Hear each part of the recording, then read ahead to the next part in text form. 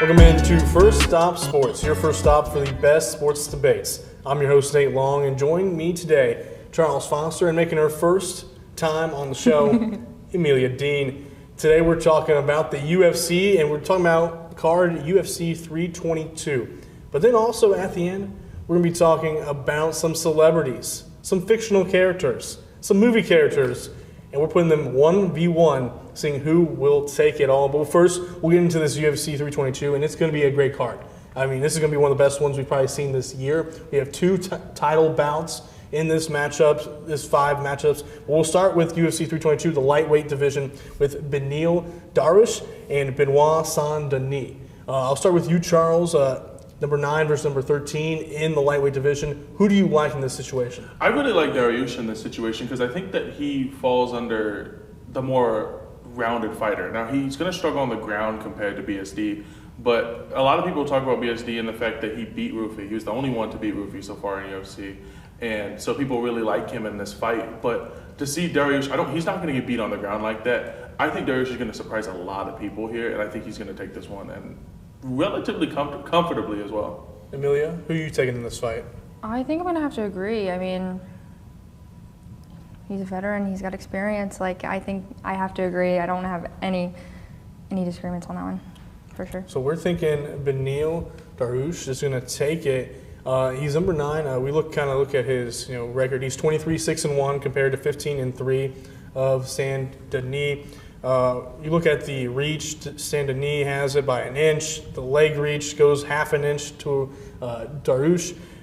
Height is very similar. Everything is very similar other than total amount of wins. Does the experience kind of pull through in this, Charles? I think the biggest thing that's going to pull full for Beneil is the fact that he has an 82% takedown defense, which is elite. I mean, he is very good on the ground. He's very good at not getting on the ground, and that's where BSD is the best at. So, I mean, you take a fighter that, I think is looking in the mirror at two people that are very good at opposite things, but Dariush is better against the ground game.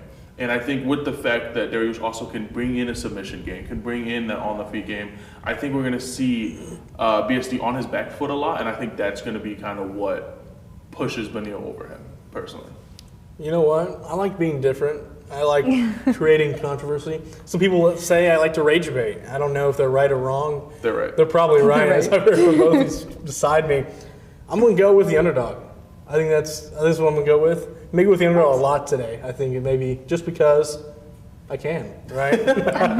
But we'll move on to the next battle in the main card with two guys who, this should be a really good fight.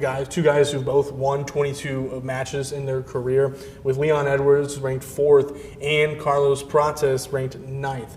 I'll start with Emelia first this time. Emelia, who do you have in this fight? I'm leaning towards Edwards just because he's more well-rounded for sure. I mean, he's got the energy and he's really, really good striker, and he's just a really well-rounded fighter. So I'm going to lean for Edwards. All right, Charles, where are you leaning? It's a hard one for me. Edwards is the more well-rounded fighter. He's a champ. He's done a lot. But Prates, he's on fire. And he came in there, he beat Neil within just a few minutes with that spinning elbow. And, I mean, I just don't see a lot of people as on. I mean, he's one of the only fighting nerds left that still feels like a genuine threat. And so I got Prates taking this one. But I think it's going to be close. I think it's going to be really close. I think it's either Prates by knockout. If it goes to a decision, though, I think Edwards could take a decision. So we look at the records of these two. Like I mentioned, both guys winning 22 matches. Edwards, 5 losses compared to Prates, 7. And you look at, height and reach pretty much, height's pretty much the same, but reach does go in favor of Prates by 4 inches.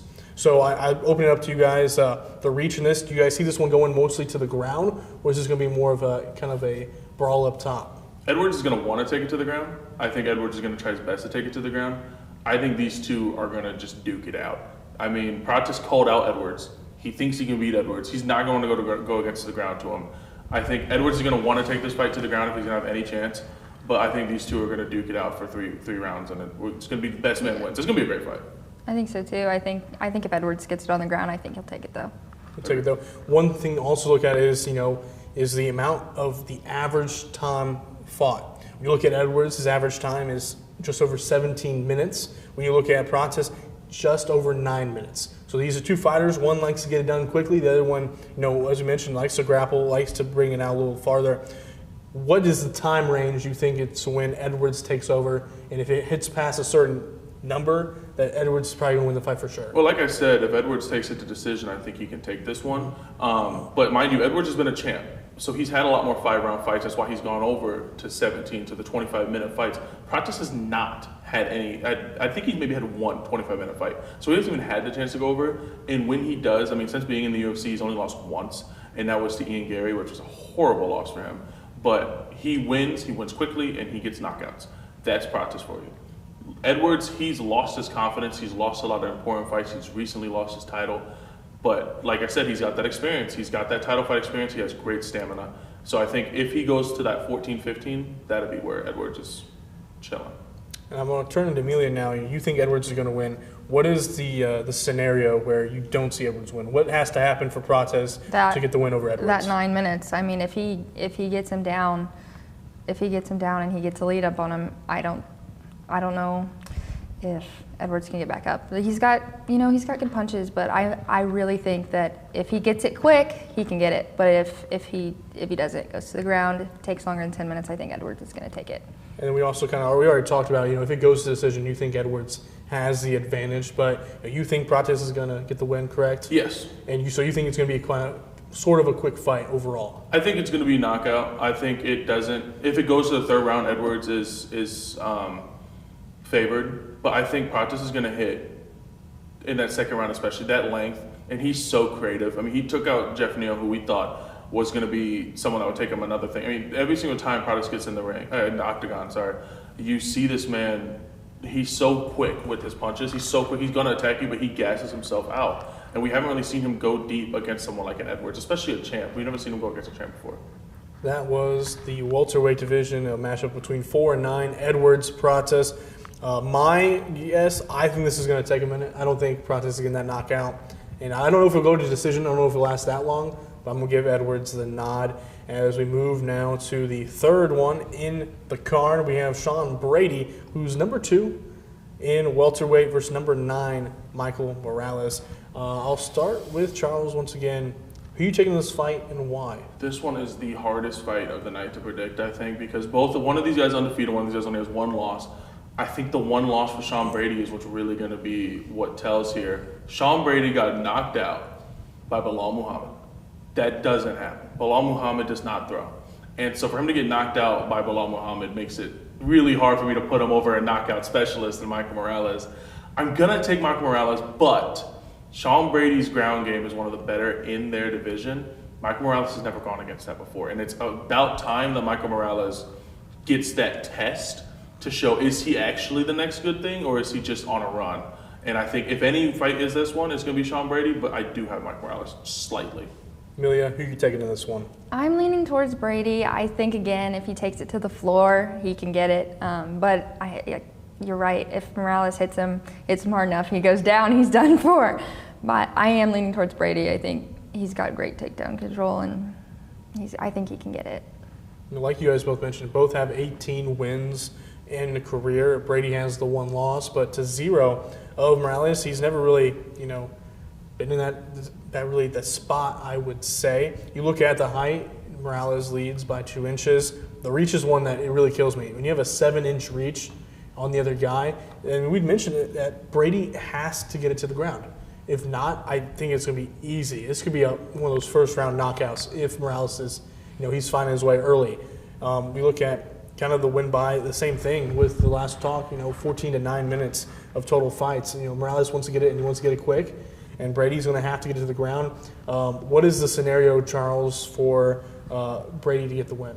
Like I said, Brady gets him to the ground. Brady has an ego, and we love Sean Brady here, but he has an ego. He tried to fight. He did not want to take the ground against Bilal Muhammad because Bilal is so good on the ground.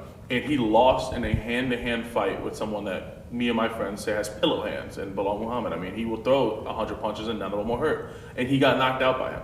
Now you have Michael Morales, who has a 7-inch reach advantage and some of the best knockout power in their division. It's really, really hard for me to take Sean Brady in this one. But like I said, Morales has never gone against a wrestling specialist. If Brady gets it to the ground, if he's willing to shoot for those takedowns, it's going to be really hard. But Morales is explosive. He's lengthy. He can get up. So I think if Sean Brady wins, he's going to have him on the ground. He's going to have high control time. I fully agree. I mean, if I have Brady and I want him to take him to the ground, but if he doesn't, he's done for sure. If you had all the money in the world, who you put it on? Mike Morales. Unfortunately, Morales. I would never bet on this fight. I'm not touching this fight when it I'm comes to still betting. gonna take Brady. I'll take the underdog. I love a good story. I love a good comeback. Morales, number 8 in the welterweight. Brady, number 2. As we'll now move on to one of those matches that we talked about, the title bout. This one is in the women's flyweight, and we look at this. This is going to be between two.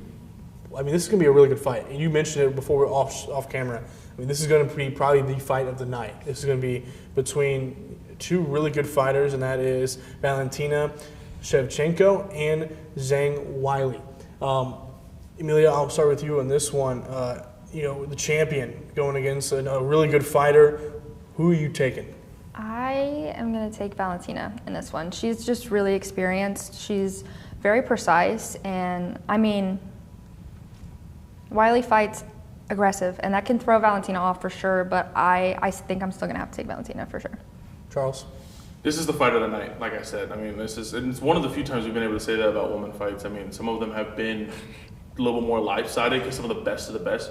Weili moving to this division was one of the best things to happen to the women's fighting scene. And this fight will be fight of the night. And I have Zhang Weili taking this one and becoming a double champ. It's going to be hard. She's fighting up. She's fighting in a division she's never fought before. But I think she's on a heater. She's only lost her title because she chose to lose her title. And Valentina, she has the experience, but I just think that Zhang, she just has more explosiveness that I think is going to take her just very slightly above. This one, I think, goes to decision, though. And I'm thinking like 50-49 or 49-48. Like, this will be very close. I disagree. I think Valentina's going to take it.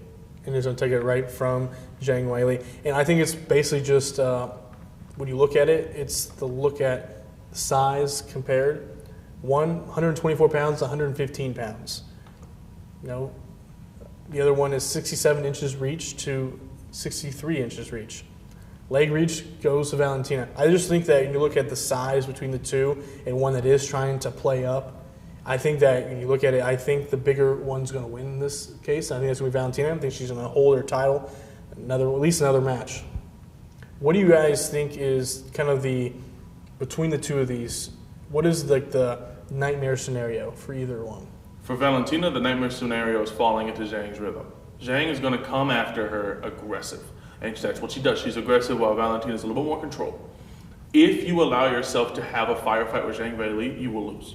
There's no doubt about it. She does not win in a firefight like that. It's similar to the Gaethje versus Holloway, where Gaethje allowed himself to go firefight versus Holloway and got knocked out. That's kind of what I see in this. If Valentina uses that championship poise, fights her slow, picks her apart, body shot, body shot, body shot, that's where I see Valentina really, doing well. So it's really up to, does she fight Zhang's way or does she fight her way? For her, hopefully she fights her way, because if she fights Zhang's way, she will get knocked out. I agree. I mean, Valentina is really controlled, and I mean, aggression can throw that off, but I think that if she gives into it, I think she's going to lose. I think she has to stick to her style and her fighting. That's what she's good at, and I think if she does that, she'll win. So we're going to split on almost all of these.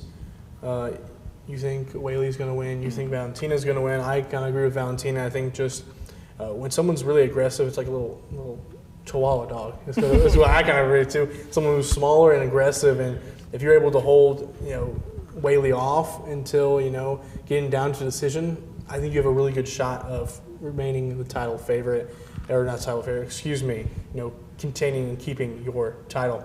As now we will move to the main event, and it's between two guys who I think, you talked about it, Islam is the guy who probably is going to win this one, I think, overall. But he's still going against the champion in Jack Della Maddalena. Charles, just to keep it right here, who's your taking in this fight? I want it to be JDM. I want it to be JDM so bad, but it's going to be Islam. Islam is one of the best to ever do it. He only lost his lightweight because he chose to lose his lightweight, another one. And, coming from that Khabib camp, Islam, like I said, one of the better to ever do it. And I think he's going to prove it today, or prove it Saturday, become double champ. In an unfortunate win, because I really want JDM. JDM is one of my favorite fighters, but I can't deny Islam he's good. I agree. I think Islam is going to win. I don't want him to either, but I do. I think he's going to take it. I mean, I always root for the underdog, I guess, but I want JDM to win. I think he's knockout heavy, and I think he could do it, but I don't think he's going to take it. I don't. I think this one's going to the ground really quickly. I think this is going to be a fight that could be over within 2 to 3 rounds. I don't know if this is going to go in 5. Charles, what do you think? You think this one's going the distance or be a little bit early? JDM is someone that we've talked about as someone that could and should have lost to Bilal Muhammad if Bilal Muhammad wanted to take him down. Bilal refused to take him down. He tried to knock him out. He was riding high from knockout and lost because of it. You take JDM into Islam's situation. Islam's smarter than that. He's works with Khabib. He works with some of the best grapplers in the world. If Islam does not take this fight to the ground, I would be shocked. And if he takes it to the ground, we've yet to see JDM really have that test. And he's getting a test against one of the best. We saw it with Dricus versus Hamzat, where we thought, oh, well, maybe Hamzat won't take him. Hamzat took him to the ground within the first second and whooped him 25 minutes. I'm done betting against that after last time. Islam takes him to the ground, and it's not going to be close. The first time a clean sweep for the title bout in the men's welterweight in UFC 322. We're now going to kind of shift, talking about some, fun matchups, as you could say, celebrities, heroes, villains, anti-heroes. You throw it all out there, real people. We're going to go and talk about some celebrity fight scenarios. Now, we're going to set it up for you. This is going to be it's just 1v1. There's no double matches, unless I want it to be. And maybe we'll get into it then. This is 1 round, 5 minutes. 1 round, 5 minutes. And this is I would say point system based, but if you get the knockout, you get the knockout, right? So this is going to be fun. We're going to start off with the banger. Dwayne "The Rock" Johnson as Black Adam versus Chris Hemsworth. What are we taking? Thor. Thor, without a doubt. Thor. If he's Thor, I'm taking Thor. What about Black Adam, though? What about him? What about him? What about him? I'm taking Thor. Thor I'm is sorry. so much stronger. I'm just on the side. Okay, Black Adam, not one of the best movies I've ever seen. I'm not going to lie. It's pretty bad. But his power, and basically the only way they got him he just gave up. So unless you convince him to give up, I don't know if anyone's stopping him. I think he's in the Superman level to where it doesn't matter, they're gonna win. I don't know. I think he would see Thor and then give up. I mean, he's Thor. Yeah, Thor. I mean, prime Thor before the movies diluted him. Especially the new ones, people think that Thor's not like that. Thor is he's taking it to the air. It's gonna be a great fight. Give me Thor by knockout. By knockout. Yeah. The question here is, does he have the hammer? He has to have the hammer. That it's is part of his. He has. But to have the this is an MMA fight. I mean, this is. Okay, but It's part of his powers. He has to have the hammer. Okay, so this will be some other ones here. Do they have their weapons too? I mean, I feel like it depends on who the character is. Depends on who the character is. Mjolnir is part of his character. He needs to have the hammer. He still go hand to hand, but that's whenever it could be a little bit 50-50. But Thor with the hammer, without a doubt, clears. Yes. They're saying Thor. I think Black Adam has a shot in the dark to win. We'll now move on to singers. Taylor Swift versus Beyonce. Beyonce's throwing it down. She's grabbing her by the hair. She's throwing it down. 2-minute knockout. I got Beyonce, no doubt in my mind. Not even 2 minutes. I'm not gonna complain. When should we give Swift a mic? Give her a weapon. No, I'm sorry. Beyonce's slapping out of her hand. Beat her. That's it. Yeah. Beyonce's dragging her down. It's just that simple. Okay. We're gonna move on to another kind of similar. This is gonna be even better. Cardi B versus Nicki Minaj. Cardi B. Cardi B.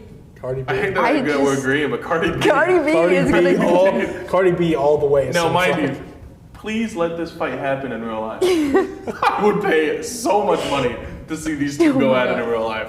But Cardi B, she's about that. I'm just going to agree. But this is probably the best one, I think. This is not the best one. I'm lying. There's a lot of good ones here. Tom Holland versus Zendaya. Oh, no. I don't know about you guys. This is just real life. I'm taking Zendaya. I do not condone men hitting women. No. I think Tom Holland would, just simply bow down to his amazing woman, and Zendaya would just win by submission. I think so too. I don't think he would hit her.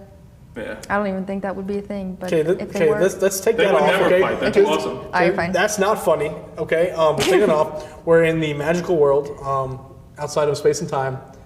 Full out fight. Tom Holland, Zendaya. Give me a real answer. Zendaya. Zendaya, man. Yeah, exactly. Okay. All right, now Uncancelable. what? I'm uncancelable. Uncancelable. This is probably the best one. We have Keanu Reeves playing John Wick versus Tom Cruise's Ethan Hunt in the Mission Impossibles. I know who I'm taking, and I think you guys are all wrong. Because it's not John Wick. Ethan Hunt is not dying. Neither of them are dying. Okay, John Wick might have died at the end of the last one. I don't know. I'm not even caught up anymore. But John Wick, hand to hand. If we're going hand to hand, John Wick. No one beating John Wick in hand to hand. Especially like you said, you trapping him in a cage, John Wick. Now, if you want to get cars and weapons and all that BS involved, then yeah, maybe Ethan Hunt. But you put him in a cage, one-on-one, mano-a-mano, hands, John Wick, all the way. Ethan Hunt, bro. I'm taking Ethan Hunt. Ooh, yeah. John Wick.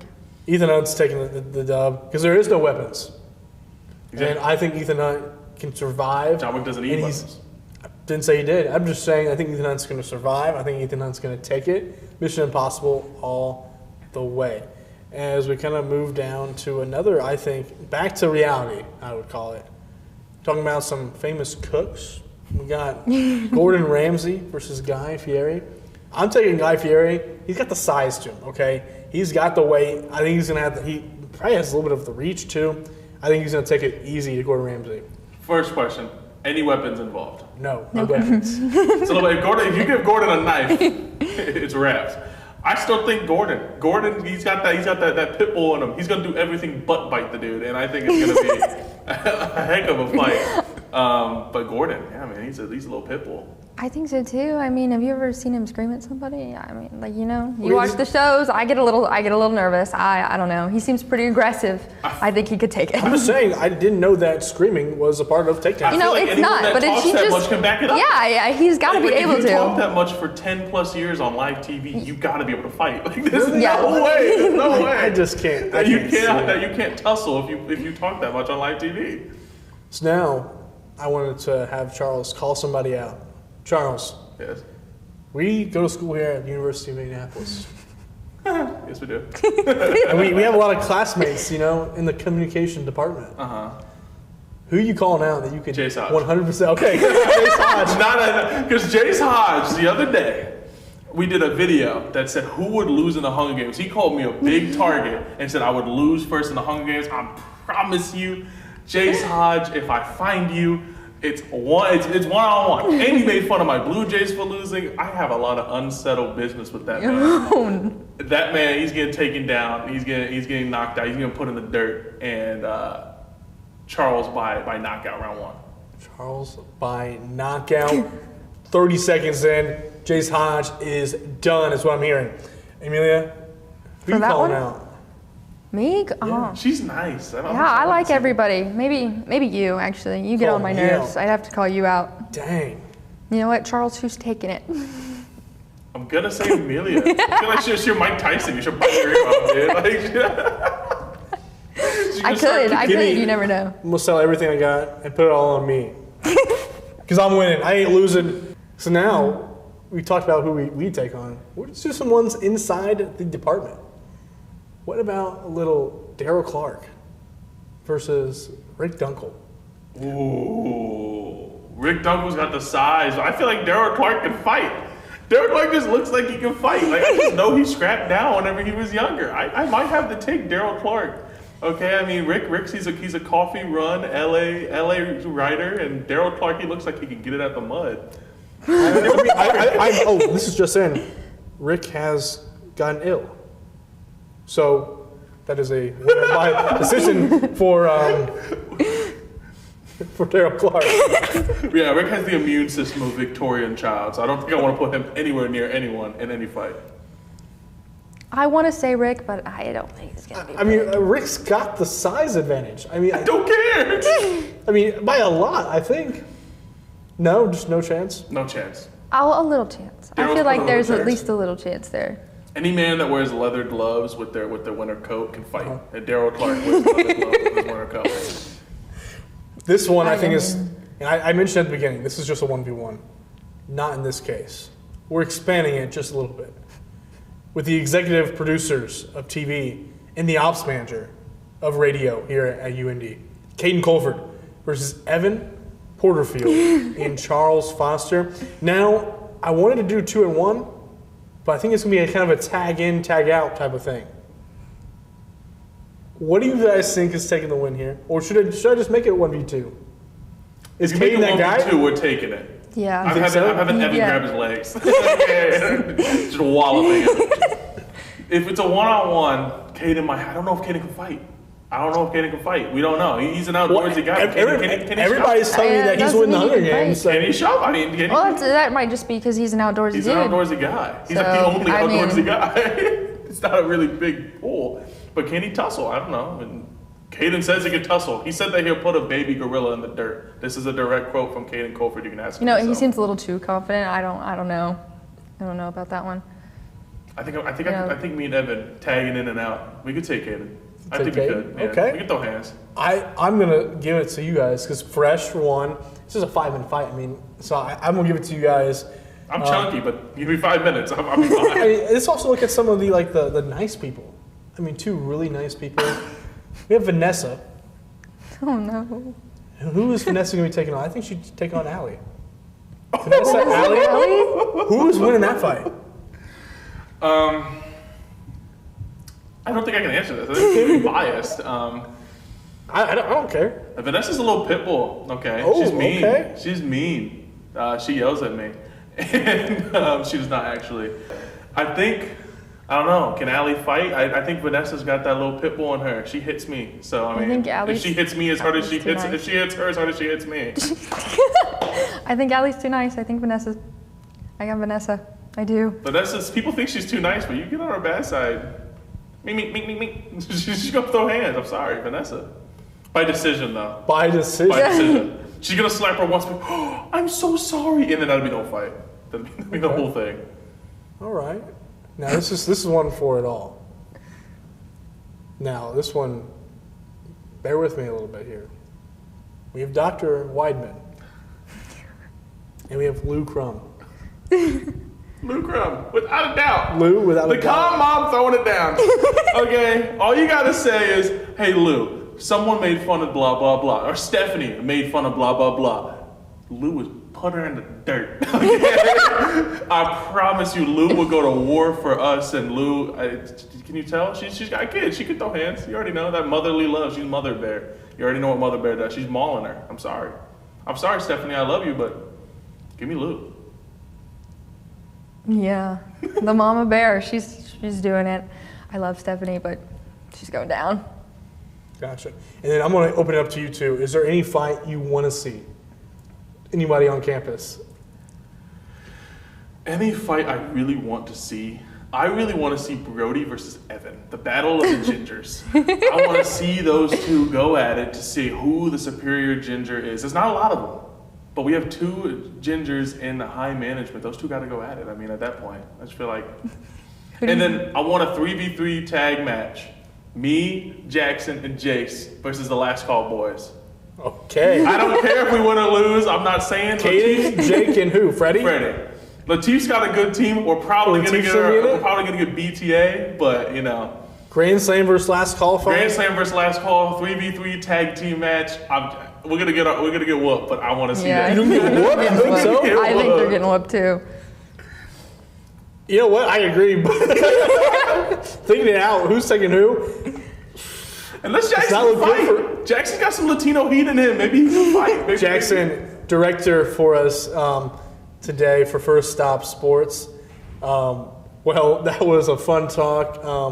I think another fun one would be me and Charles, a tag team versus Caden and Jake. That's raps. That's raps. Me and Charles taking that one easily. Thank you guys for tuning in to First Stop Sports. Big thanks to Charles and Emelia for joining the show. UFC card 322 is this Saturday, so make sure you tune into that as well. You can catch us here, though, on YouTube and on Spotify at 6 o'clock on Tuesdays.